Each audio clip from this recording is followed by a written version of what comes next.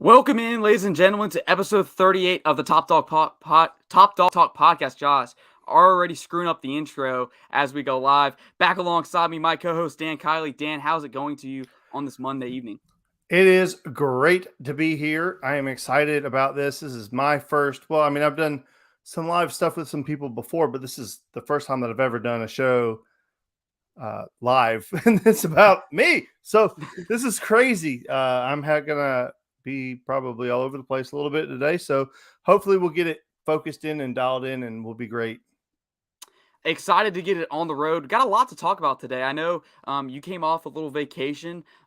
We pre-recorded our last episode, so that was fun. Got to experience that together for the first time. I realized at the end of it, Dan pointed out to me that we were talking about the Final Four, and the next episode wasn't going to be till after all that concluded, the men's basketball college championship. So we apologize for that mishap. That's on me for not realizing that we were pre-recording, even though I knew going into it. But let's get it right on the road. The big headline that everyone's been talking about this weekend and talking into today, and it's going to be going in to Saturday, is the price that is being paid by Georgia due to their elite recruiting and championship contention. That being the announcement from Amarius Mims, the breaking news that the former five-star offensive tackle is entering the NCAA transfer portal.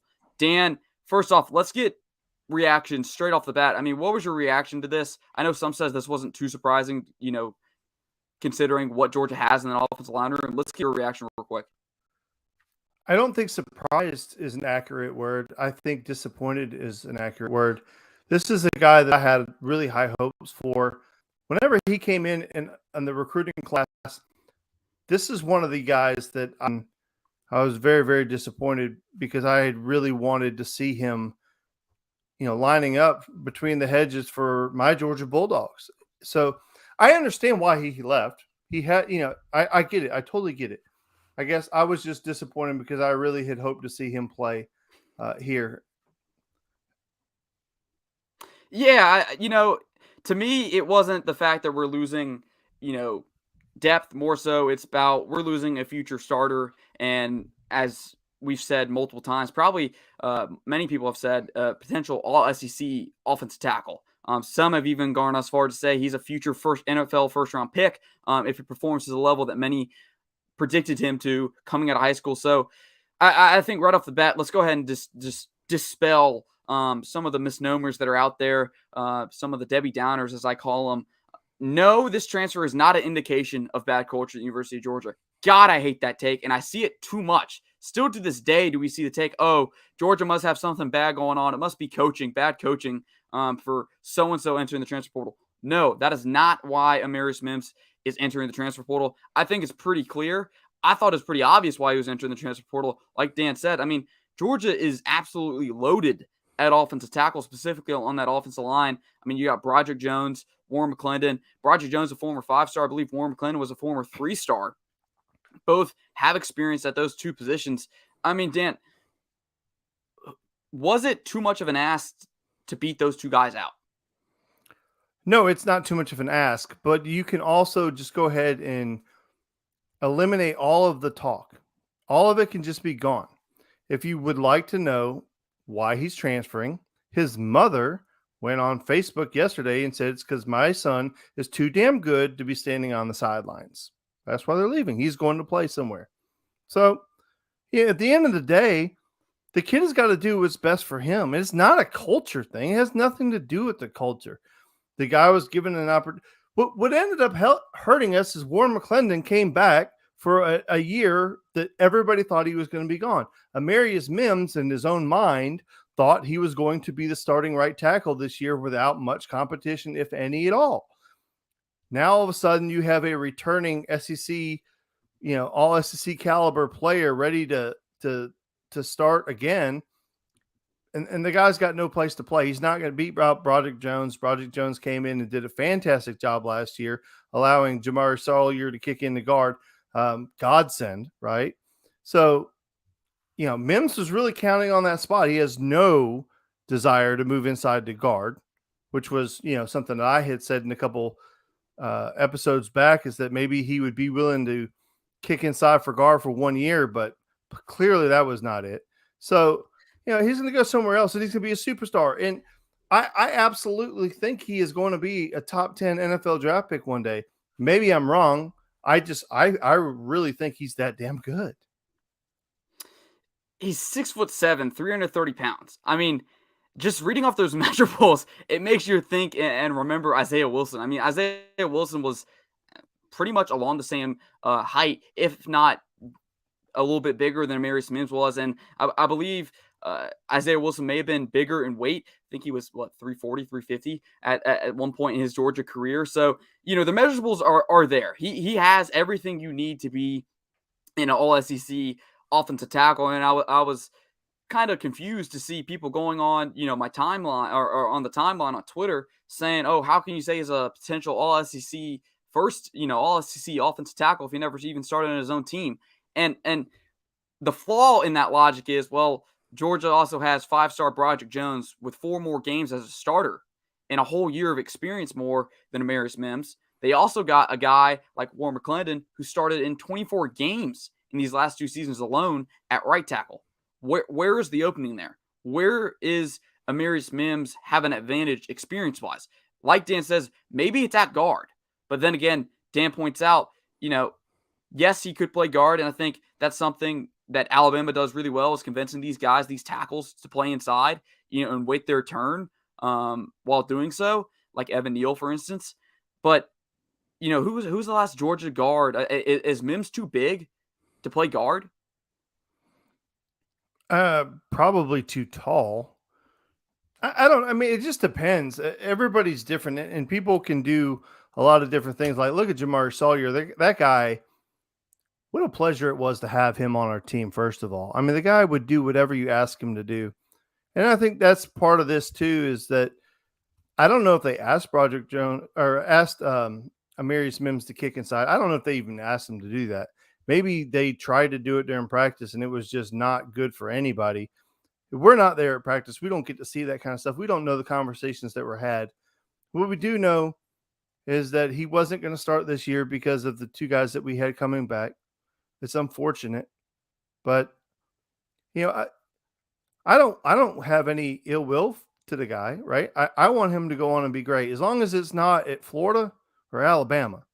If he goes to Florida, Alabama, to hell with him. I'm so sick and tired of our best players going over there. I mean, I get it. Listen, they're kids, and I want them to be successful. I say that half kidding. I want these guys to go on to have success wherever they go, but please just don't be Florida or Alabama. It's from the Twitterverse, and you're going to get into that a little bit later in the show about what happens on the Twitterverse. A lot of from the fan base specifically are saying that it's going to be someone, a team in the SEC, whether it be Florida State, Miami. Those were just 2 of the names mentioned I've seen going around on Twitter. I don't know how accurate those are. I'm sure we will get an update from our friend Brooks Austin on his Patreon. Brooks, this is your one shout out of the night, and I'm sure we're going to have another one. He is in the comment section. Y'all go subscribe below. Go subscribe below to the Film Guy Network. He is having his Nothing But Ranch show right at 9 o'clock. Also, go subscribe to our friends over at the Dogs Daily Podcast, Jonathan Williams and Jeremiah Stoddard in here with us, hanging out with us. We appreciate y'all being with us, especially if you aren't one of our friends and you're just a fan listening to our show. Make sure you get in the comment section so we can give you a little shout out and thank you for joining us. Jeremiah brings up a great point. Ben Cleveland played guard, and he was a behemoth of a human. So you're right. If Ben Cleveland could do it, Mims could do it. Maybe he just didn't want to do it. And I think that's perfectly in his right because, if he doesn't perform as well at guard, then it could hurt. I wouldn't say it would have hurt his draft stock, but you never know with NFL evaluators. I think it's best that if he wants to play at tackle and feels more comfortable playing at tackle, then why not let the kid go play out his dream and go succeed elsewhere? So I think, overall, hopefully it works out for both sides. I think in Georgia's case, it more than likely will. Obviously, we've heard a lot about some of the guys in that room besides Amarius Mims and Broderick Jones, one being the true freshman Ernest Green and redshirt freshman Michael Morris, just two names to off the top of my head that are guys that are being mentioned publicly and on Twitter and all that, multiple outlets talking about that. I mean, overall, Dan, depth-wise, how much does this hurt to see a guy like Amarius Mims leave? Well, I think it's significant because I really felt like if, God forbid, knock on anything, okay, if something were to happen to Broderick Jones, I felt like Amarius Mims could step in. And I'm not going to say there wouldn't be any transition period or there wouldn't be even maybe a step down or something like that. I'm not saying that. But what I am saying is that I would have felt really good knowing that he was the next guy up and that we could coach him up and to be able to take that place. Now, you're going to have to talk about a redshirt freshman or a true freshman to step in. Not unprecedented. We've seen it happen before, but it's not a situation that you want to be in. And it's easy to say that one guy doesn't affect depth, but with a guy like that, as talented as that guy is, you knew you could have plugged and played either tackle, and then you can work around that. If you have four really, really, really solid guys on the offensive line, or I mean, from great to super solid, okay? If you needed to change out one piece, that guy doesn't have to be as good. But if the overall talent on the offensive line is not very good in general, then you take one person out. That's a big, big problem. And I bring that up to say that Georgia has really talented guys on that offensive line. Okay. So if one guy were to go down and you were to fill him in, left tackle is a little bit of a different situation because of how important that position is with a right-handed quarterback. But for the most part, when you put somebody in there, you kind of feel good that the rest of the offensive line is so good that they can make up for that one spot. Now, with Green or Morris, if they had to step in at one of those tackle positions, they're not as good, in my opinion, as Mims. But then again, I'm not at practice. Maybe they are. Maybe they are outperforming him. But just perception alone would tell you that they're not going to be as good. So it does, in my opinion, affect the overall depth of the offensive line. And then health is also a major thing too. We're just not really healthy right now in the spring. However, come summer and fall, hopefully we will be healthy. We'll have a lot of these guys back. One of the guys that was a starter last year, the very first game of the season, and his name escapes me right now, and I forget. Tate Ratledge. Tate Ratledge. Yeah, he only got to play like one or two plays. I mean, if he's healthy coming back and he's as good as they say he is, well, then our depth gets better, right? Our depth gets better. So I'm not panicked, but I love having more, right? Absolutely, and especially it helps when you have a guy like Amarius Smith sitting behind two guys like Broderick Jones and Warren McClendon, who has a year of experience behind him. He was in the system last year, was there all year, got to see Georgia's championship run, got to see what it took to be able to do that as an offensive line unit and perform at a high level like Jamar Salyer and Warren McClendon did, and even Broderick Jones when he got in there. Jeremiah Salyer made a point earlier in the show talking about how when Jamari moved to left. It was right guard, excuse me. When Jamari moved to right guard, the guy holding down the edge on the left-hand side, arguably the most important position on that offensive line, was Broderick Jones. I believe he's a redshirt sophomore. Redshirt freshman. Either redshirt freshman or a sophomore, a true sophomore. The NCAA new eligibility rules are messing with my head and being able to memorize all this. Stepped in there and performed just as well, if not better, than many expected, going up against guys like Dallas Turner and Will Anderson. So the future is most certainly bright.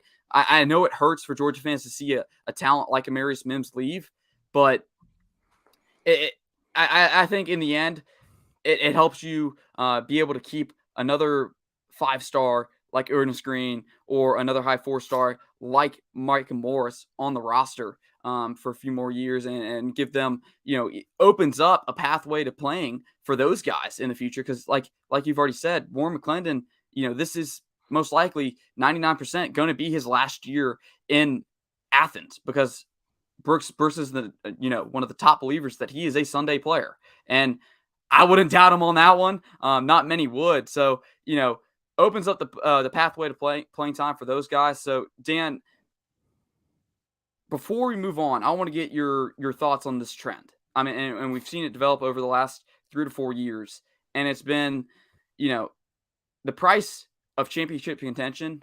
Obviously, you're recruiting at a high level year in, year out. The Alabamas, the Georgias, the Ohio States, Clemson, as of a few years ago. Those guys, even LSU in 2019, those guys recruited at an exceptionally high level, years before they got to the championship and won it. And now we're seeing, more and more these championship teams and even those, the teams that maybe don't win it, get their roster, big transfer portal. You get guys leaving, for the transfer portal year after year. I mean, Georgia has 11 guys now in the portal or have entered the portal after winning the national championship. LSU had 4 after the national championship. Alabama had 9. What are your overall thoughts on just this trend that's developing? And, do you see it getting fixed? No, it's not going to get fixed. It's the world that we live in. It's the culture that our kids are coming up in. It's the microwave reality where you get what you want right now, or you go find it somewhere else. And that's here to stay. It's not going to go anywhere. What we haven't seen to this point is we haven't seen Georgia play along. They have not. What if they told Stetson Bennett, we don't want you for 1 year. We want Brock for 3 years. We don't want you for 1 year. We want Carson Beck for 2 more years. What if they told Warren McClendon, we don't want you to come back because we have Mims here and we don't want to trade 1 year of you for 2 to 3 years of him. So the kids have already started to do what they do. And I'm not going to say Georgia hasn't done it at all. I mean, you see some of these guys who are never going to get on the field. Georgia's kind of like, okay, we're going to need you to leave now. Shoo. Maybe it'd be a good idea for you to look in the portal, blah, blah, blah. So maybe they are doing that. But we haven't seen Georgia start doing it with upperclassmen, like guys who are actually on the field, where you're trading 1 year of this person for 2 or 3 of this person. We haven't seen them do that yet, but it's coming. Alabama has done it. Ohio State has done it. Some of these other programs have done it. Clemson doesn't do it because Dabo is just, I don't know, whatever. But Georgia hasn't done it. So the kids are doing it now. They're like, hey, give me what I want right now. I'm going to go find it. Okay. But there's 2 sides to every coin. And the other side of that coin is that Georgia can do it too. So if the kids want to play this way, then the schools are going to start playing this way. And when that happens, I will not feel bad for any of these kids. I won't, because they're putting the schools in positions that they're going to have to start being a little bit more cutthroat now, because people are moving all over the damn place. You can't trust anybody. So, you can say, hey, like, what if McClendon says, hey, I'm here to stay. Mims transfers, bam, out the door. All of a sudden, come summertime, McClendon is like, what the hell with that? I want to go play for Clemson. What then? Right? So, at this point, I don't feel bad for anybody. I really don't. I don't feel bad for the schools. I don't feel bad for the kids. I don't feel bad for anybody. And what I do feel, the people I feel worst for are the guys who are graduating high school. Those guys are in a bad spot right now because there are less spots to go to with all this transfer portal, all the movement along these Power 5 programs, the top couple programs. Man, you're going to have to be a damn special kid to get in one of those schools. You just are. So you're right. It's a trend. I mean, it's tough to call it a trend. I think it's just the way college football is now. And it's most likely going to be the way it is moving forward. And we spent almost 20 minutes on, this topic alone and got, I think, about 40 minutes of another show coming. So, Dan, I want to kick it over to you for what's the latest with Dan Kiley, the new topic for this week. So I was actually trying to figure out what I wanted my topic to be. And it kind of came to me yesterday when I was on Twitter. And it was just a simple thing, just sharing a note or something like that. I'm not even sure how it started, but I think I shared something that Brooks said. And then all these people come on there and they just have all these awful things to say about Brooks. And then obviously there's guys who support him or whatever, but they're only saying bad things about him because they support somebody else. And I've heard this topic covered a couple different times in a couple different places, and it's the truth. Twitter's not real. It's not a real place. You got people creating these different aliases, and their sole intention is to go on there and just talk awful about other people. No regard for anything other than they just want to cause a reaction, get a reaction, just be a troll. And I constantly have to remind myself that it's just not a real place. It's just not. I'm stupid because I go on there expecting to share things and to get conversations stirred up and have back and forth dialogue with people I agree with or with people I don't agree with, and try to pass along information, and hopefully that they're going to come back with maybe something I've never heard before. Maybe have me look at something a different way that I never thought to look before. But no, that's not what they're there to do. I Hey, listen, I think this guy's really good at what he does. Nah, he's horseshit. He's terrible. All he does is this, that, and the other. And it's just it's so obnoxious and so annoying. And I am guilty of just being hook, line, and sinker, falling for it every time. I feel like I can go on there, share some common wisdom, thoughts, and get them to come around and have a common, just have some dialogue. And I just fall for it every single time. It takes 2 or 3 tweets back and forth to realize that this person has no intention. It doesn't matter if you have the best argument in the world. They just want to cuss and yell at you and say awful things about people. And that leads me to the other topic of the Twitter thing is, why do you have to go? Okay, listen, everything I just said up to this point is true. Okay, some people just want to go on there. But for the people who are actually real people, why do you have to constantly disparage somebody else to make yourself or the person you support look better? Why can't you just say, well, what they do I don't necessarily care for. This is the person that I like, and this is what they do really well, and this is why I like them. Why do you have to constantly put somebody down, say something bad about this person to make the other person look good? I mean, if you're going to be on any topic board, anything like that, immediately when you start throwing names, calling people stuff, you lose all credibility with me. Like when your immediate reaction is, oh, that guy's a clown. All right. This conversation's over now because you don't have anything factual to say. You just want to call names or whatever. But I don't get why people feel the need to constantly put people down. And again, one of the things that I was talking about yesterday was Brooks. And what I really like about Brooks is his ability to break down film. Now, I don't give 2 shits about anybody who is a insider or has inside information. All the information comes out. And I don't really care who has it first.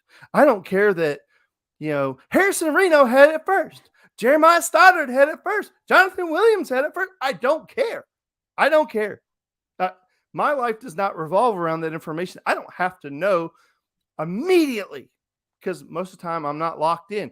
You guys monitor the Discord and all that stuff, but I'm not hardly on there. So you guys know that stuff before me all day long anyway. When I get home at night is when I check most of my stuff, and it's when I find out. So I don't care about that. What I do care about is value. I goof neck. Shut up. What I care about is value. Give me something that's valuable. When you're breaking something down, is valuable. When you give me an opinion that I never thought of, it's valuable. When I started listening to Jonathan Jeremiah's podcast, they think along the same lines I do in a lot of regards, but sometimes they become with a different angle, right? We can have our own podcast. We can have our own show. They can have their podcast and their show. I will tell you to go support them. Go watch their show. But some of the information is almost verbatim what we're saying, right? For the most part, but it's because we're getting a lot of our information from the same places, so our opinions are formulated in the same way. But they have different takes on certain things, and I may have different takes on certain things, and I enjoy people's perspective. What are they saying now? Oh, they're just making 0 fun shot. of yeah. 0 shot. So anyway, that's my topic. It's Twitter's not a real place, and people go on there just to say bad things about people, and I don't understand why more people can't be supportive or at least come up with a reasonable argument for why they support one person over the other without having to put the other person down. What are your thoughts on that topic? And it's not just on Twitter as well. I want to point out it's also, relates to Facebook, Instagram, more so Facebook and Twitter. All these group pages they have for all these different things. There's group pages for Georgia football and all these different Georgia sports. You go look in the comment section of some of those posts. and it is just people screaming and yelling and yelling, and saying things in all caps and, obscene language about, why they don't like this player or why they don't like this coach or why this, position sucks or what, just all this stuff, but they don't ever back up their argument. It's just opinion. And I guess it's just a reflection on what social media is right now. And you go look when I post an article on some of those Facebook groups, if it's about quarterbacks specifically, 9 times out of 10, they're going to argue about why so-and-so is not the guy and so-and-so is. I mean, it's just going to happen, even on Twitter to some extent. You go look at, the comment section of an article Brooks posts, and it's about the quarterbacks. I promise you there's going to be someone in there arguing about why so-and-so is not the guy. It's going to happen. I don't know if it's just a Georgia thing or if it's just an everywhere thing. You don't really see it from all these other fan bases, mostly because the fan bases that everyone's looking at in Georgia, as a Georgia fan, is Alabama, Ohio State, some of those top tier programs, and those guys all have stable quarterback play. And I think I like to believe Georgia's quarterback play is pretty stable. I think me and Dan both agree. Stetson Bennett is your starter. I mean, that's unless he gets beaten out or unless he craps the bed and doesn't perform, he is your starter opening the opening game of the season against Oregon.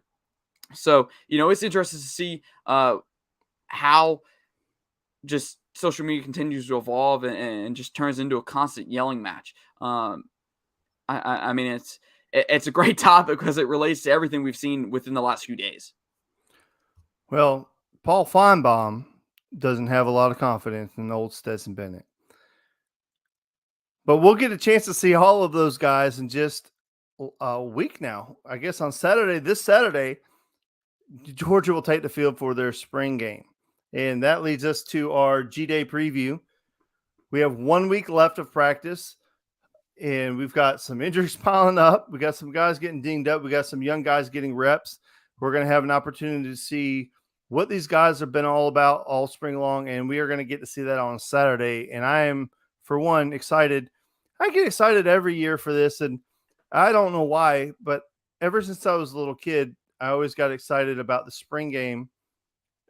I think primarily when I was younger because it was free and we were poor. So it was pretty much the only time I ever got to go to a game, right? It was the spring game. It's the only game I really got to go to.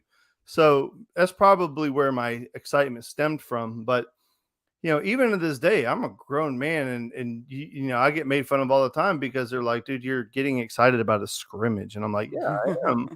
Because it's the first opportunity to see what next year's team is going to look like. Granted, there are some guys that are going to be, getting opportunities, getting reps that necessarily wouldn't get them or whatever. But, I'm excited to see what Carson Beck looks like.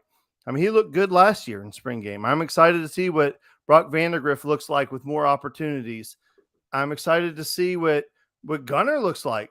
That I've been on record in the past that I don't think Gunner is the same level of quarterback, but apparently he's looked really, really good, and he's done a great job getting ready and prepared. So maybe he's the best quarterback there. Who knows? Quarterback's always going to be the biggest name, but I'm excited to see what these running backs look like. I highly doubt that Kendall Milton and McIntosh are going to get a ton of carries, but I'm extremely excited. What are you excited about?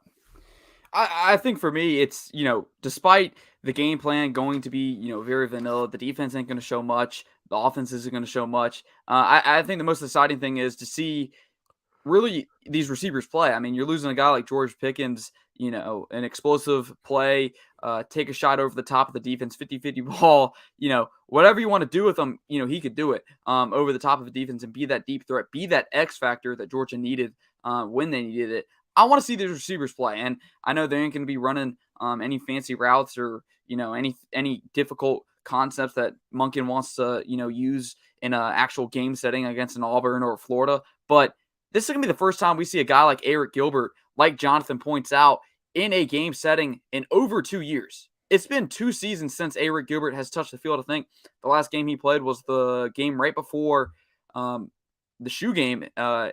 LSU versus Florida, that type of game. So I'm excited to see what Eric Gilbert looks like. I don't expect him to play much. And if he does, it's because they're trying to make up for the loss of reps and not being able to not playing last year. So it's gonna be interesting to see how they play.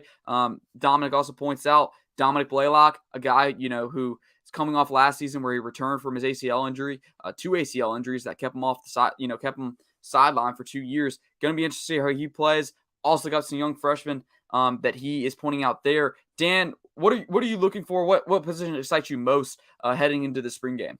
Well, for very selfish reasons, the one thing that I would love to see is two guys that I have covered every day of their high school career would be Malachi Starks and Dan Jackson lined up in the same secondary. How cool would that be for me personally? Okay, I've covered, I do probably 6 or 7 Jefferson games a year, and there have been years where we have done every single North Hall game in the season. So, I'm extremely excited selfishly to see those two guys on the field. Those are guys that I have a connection with and I really want to see. So, this may be the only time I get to see that this year. Who knows? Hopefully I'll get to see it. Selfishly, I want to see that. The Eric Gilbert thing is a great point. I've never actually seen him play. So to see him play would be the first time ever for me. I mean, I've seen highlights and stuff like that. That's not the point. I'm saying I've never seen him play. So that would be kind of cool to see. The wide receivers, good point. I want to see Oscar Delp. I want to see what he can do. For the most part, for me, it's the young guys. I always get excited about the young guys. It's the next big toy. I want to see who flashes. A.D. Mitchell last year, going into the spring game, we had heard stuff about him, whatever, but didn't he flashed pretty big, right?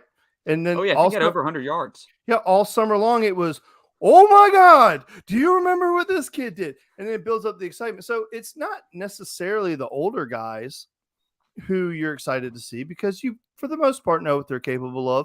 I mean, you get to see guys step into bigger roles, and that's cool. And you get to see guys taking over roles, and that's cool too. But it's always the young guys. So the guys that you've never seen before, the first time guys here, you're just so excited to see them get on the field. And then you're hoping that they do well. And then there's going to be one guy. And I don't know who it is. And maybe our viewers will have somebody. But somebody is going to pop. Hey, listen, Jonathan. That's my guy. You leave him alone. That is the Australian's job. Nobody else is going to be the punter on this football team except for him.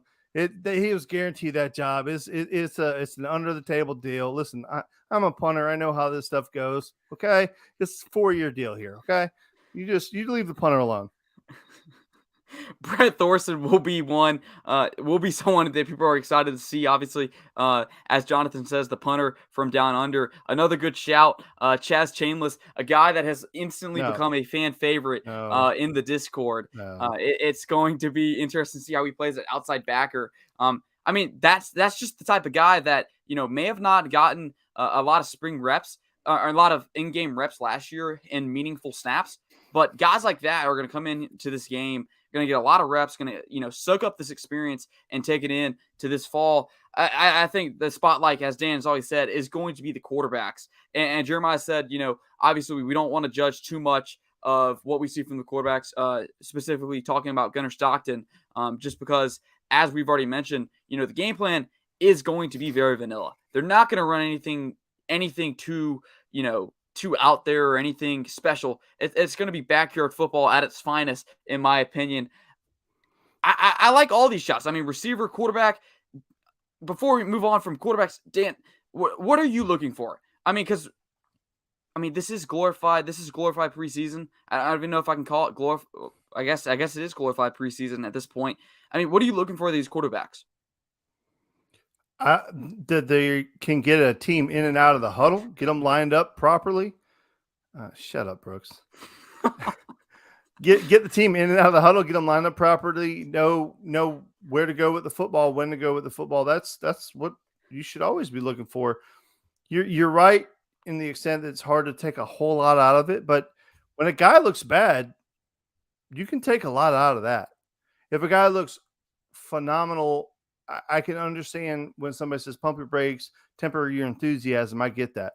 But if a guy looks terrible, there's, it is what it is kind of. So I just want to see these guys get them in and out of the huddle, get them lined up right and execute the playbook, whatever they're called. That's what I want to see out of the quarterback position anyway. I mean, you already know what you're going to get with Stetson. So I wouldn't care if Stetson sat on the sideline with a fat ass dip in his mouth, smoking a cigar and drinking a whiskey. That would be great. I mean, it's not out of the realm of possibility. I think there's been a few times where he came out of the game last year and just went and chilled on the sideline. As to whether or not I can't speak on. I don't know anyone can if anyone can. But we know what we're going to get in Stetson Bennett, like Dan said. But we don't know what we're going to get out of. I mean, we've seen Carson Beck to an extent against UAB last year. We haven't seen much of Brock Vandagriff. We saw him last year in the spring game. I'm interested to see maybe if he pulls it down, if he takes the ball and runs with it, even though he's in a black jersey. That's definitely something you want to see. How aggressive are these quarterbacks when they know, hey, I can't be tackled? How many times will they step up in the pocket and deliver on their strike down the field? I'm really excited to see these quarterbacks play. I mean, they're going to be 1A, 1B wide receivers. But as we've already said, it's Stetson's job. There ain't no way. It's very unrealistic to think that any of these guys will go into fall camp and win the job. It's hard. The dude's played almost 2 full seasons as Georgia's starting quarterback at this point. He's just won a national championship. It's going to take a lot. Dan, anything else that you were looking forward to? I mean, defensive line. I mean, it's a tough game. I'll tell you what I'm looking forward to. Exactly what Jeremiah just said. Put that up there. But Jeremiah just said, "Are y'all ready for the overreaction? One of the backoffs go off." Hell yes, I'm here for it. That is going to be awesome. It's going to be a week worth of content of the guys just being idiots. So I am 100% here for it because one of these guys is going to look awesome. One of these guys is going to put up big numbers, and I am here for it because these guys are going to flip out. Robert, the DG from the DGT podcast, is not ready for the overreactions to one of the backups going off in the spring game. I mean, it's bound to happen. I mean, in the past, we've seen walk-on running backs, just explode and gain a little bit of hype here. So, hey, do we see the birth of a Dan Jackson? You want to talk about a walk-on running back? How about my Savion Clark from Dawson County, baby? I had that dude in high school. Dude, I'm telling you, in high school, Savion Clark was nice now. I'm telling you, like, that running back room is so damn deep. He's never going to see the field in the quality minutes, but Savion Clark is nice. Maybe he gets some run. I would love to see. I want to see, backs. I'm sad that Branson Robinson isn't on campus because, I mean, talk about a physical freak. I want to see that dude go meet a linebacker in the hole. I mean, that is going to be so entertaining to watch when he gets on campus this summer and progresses into the fall. Guys, let's open it up for Q&A. We've absolutely flew through this show a lot faster than we're used to. We usually go about an hour, but let's open up Q&A real quick, and then we'll let you go. Also want to give a quick reminder to like and subscribe to the YouTube channel. Sorry, wrong banner. Like and subscribe to more content. We will be coming at you weekly every Monday, 8 o'clock, right here on the Dawg Talk Podcast. Guys, also, if you can't catch us live, make sure you go find us wherever you get your daily podcasts. We are on iTunes, Spotify, you name it. We're on there. Make sure to subscribe, rate us 5 stars so you can keep coming back and listen to us. I think we have a question real quick. Dan, as Robert points out, Club is another name. A former 5-star in his own right, came in as I believe, a highly regarded center. Just hasn't panned out. I mean, any thoughts on Clay Webb? I mean, I know he never broke the 2-deep depth chart, but I have no idea why or what the case was. I keep hearing this talk that he's kind of had his foot in the water of joining the military, and that's why he lost a bunch of weight. And then I guess he didn't do it, or part of it was that he wanted to make sure that he graduated first before he joined the military because then he would be a higher pay grade. I don't know what the case is. Maybe he just didn't love football. And sometimes that's the case, or could be something completely different. I don't know. All I know is that when he came in, he was a 5-star, highly recruited. I was stoked that we got him from Alabama, even though I didn't really know anything about him, which is kind of the case for most of these kids. Everybody gets really excited about all of these kids, but you don't really know them. Maybe a handful of these kids you do, but if listen, if this young man's goal was to join the military, God bless him. And I support that 100%. There's no greater thing that you could do than to serve your country. Like I tell my son all the time. He said, "Would you be more excited if I got into West Point or Annapolis or went number one overall in the draft?" And I tell him all the time, dude, if you get accepted into West Point and graduate the top of your class from West Point, to me, that is a much higher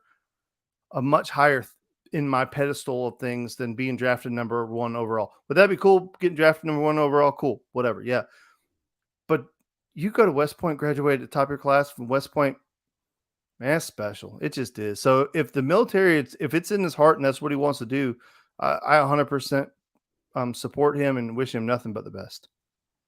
Be interested to see where he goes. Maybe he transfers to an Army or a Navy if his heart is going into the military. That I would love to see the kid play football. Obviously, we hadn't seen much of him since he went to Georgia. I believe this has come on need stick and play football this year. This would be his 4th year on a college campus. So, props to him if he wants to go out and join the military, and would love to see him on the football field if he decides to stick with it. But guys, that will wrap it up for episode 38 of the Dawg Talk Podcast. That was Dan Kiley. I'm here. Oh, hold on quick. One last question.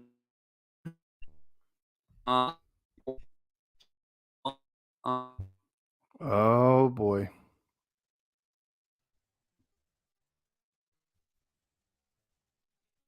Did we lose connection?